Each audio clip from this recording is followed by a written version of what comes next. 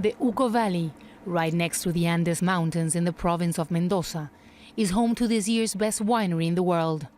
The soil makes this location a perfect home for the Argentine Malbec grapes. José Alberto ZUCCARDI has been in the wine business for decades. He's now worried about a recent agreement between South America's trade bloc Mercosur and the European Union. There are many asymmetries between our countries and Europe. Those asymmetries are based on the stimulus that many countries in Europe give to the wine industry, something we do not have. The government wants us to compete with Europe, but it's difficult because of the amount of taxes we pay here. The wine industry generates much-needed jobs in a country that is struggling with double-digit inflation rates and a recession. The wine has two important things, the soil and the people. We generate jobs, we train people, and it's the type of industry any government should support. But the agreement with the European Union could hurt ZUCCARDI's business.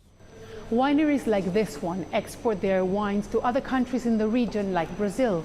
Their fear is that an agreement between the Mercosur trade bloc and the European Union would allow wines from Portugal, Italy and France to enter South America without paying any taxes, something that would have a direct impact in their sales abroad. Argentina has a booming wine industry. Its production standard has reached 5th in the world, with exports growing steadily. And that's why many are looking at the agreement with the EU with optimism. Jeff MAUSBACH came to Argentina over 20 years ago and has partnered with local winemakers. He now owns a boutique winery and is looking into expanding the business. Free trade is a great driver of growth, but it's not always an even playing field. And so I hope that what the government does over the next 10 years, 2 years to get the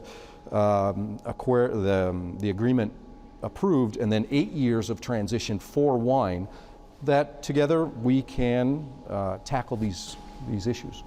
Competition is good, MAUSBACH says, and Argentina shouldn't be afraid of it. And that's the view of many winemakers in the country. Patricia Ortiz represents over 200 wineries in Argentina and says they have been working for an agreement with the EU for over 20 years. The government is helping us to be more competitive. I don't understand why some wineries say they are afraid.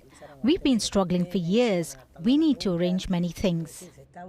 The agreement gives time to South America, but also Europe to adapt to change. For many, it's the possibility of moving forward in a country with enormous potential, but where economic difficulties have become the norm. Teresa, Al Jazeera, Mendoza.